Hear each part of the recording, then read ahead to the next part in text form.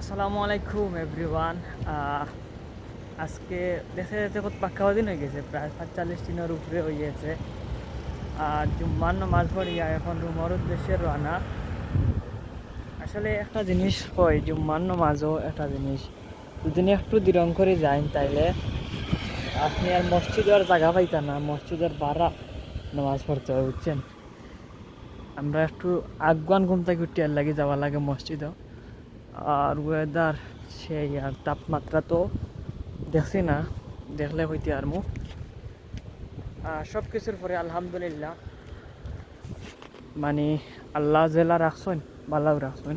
Saudi আরব hour পরে আমি কাজ করি, আর অর্থাৎ মামার দোকানও কাজ শিখি, আর টেইলারি কাজ শিখি। আর আমার একটাই টার্গেট হইলে গিয়ে আমি কাজ শিখতেই, আমাকে দিদি শিখতেই হবে। ও হইলে গিয়ে আমরা রুম দেখাই, ও হইলে গিয়ে আমরা রুম ইনর বাম সাইডের সব হইলে গিয়া আমরা রুমর পার্ট। আর ওই লগে মামার দোকান মারিয়াম মারিয়াম ওই লাগে মামার দোকান।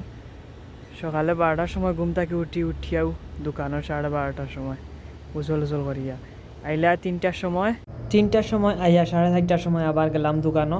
4:30টা তাকিয়া একটানা 12টা হইব।